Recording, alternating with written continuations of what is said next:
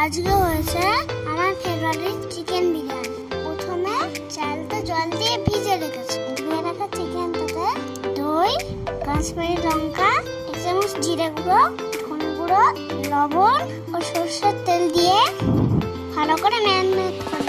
এরপর আলুটাতে লবণ আর হলুদ মাখিয়ে নিই। কড়াইতে বেশ অনেকটা তেল দিয়ে পেঁয়াজগুলো ভালো করে ভেজে বেরেস্তা বানিয়ে নিই। ওই তেলে আলুগুলো ভেজে নিয়েছে। তারপর আলুগুলো তুলে নিয়ে ম্যারিনেট করে রাখা চিকেনটা হাই ফ্লেমে 10 মিনিট ভেজে নিয়েছে। চিকেনের কালার চেঞ্জ হয়ে গেলে পেঁয়াজ বেরেস্তা, কাঁচা লঙ্কা বাটাটা দিয়ে দিই।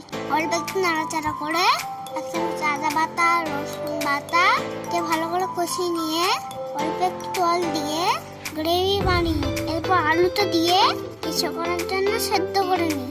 এবার একটা বাটিতে গোলাপ জল, কেওড়া জল, অল্প একটু মিষ্টি আতর ভালো করে গুলে নিস। এবার একটা কাপে অল্প একটু দুধ ও কেশরটা ভিজিয়ে রেখেছি। এবার হাঁড়িতে জল দিয়ে গোটা গরম মশলা, পরিমাণ মতো লবণ, অল্প একটু লেবুর রস দিয়ে ভেজে রাখা চালগুলো দিয়ে 70% সেদ্ধ করে নিস।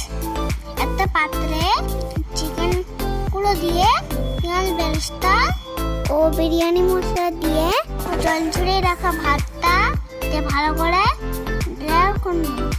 এরপর সব শেষে পেঁয়াজ বেরেস্তা সেদ্ধ করে ডিম, কেশর ভেজানো দুধটা, কেওড়া জল ও গোলাপ জল ও ঘিটা দিয়ে ঢাকনা দিয়ে ময়দা দিয়ে ভালো করে সিল করে দিস। গ্যাসের মধ্যে একটা তাওয়াতে ও পাত্রটা বসিয়ে 8 ঘন্টার জন্য দমে রেখে দিস।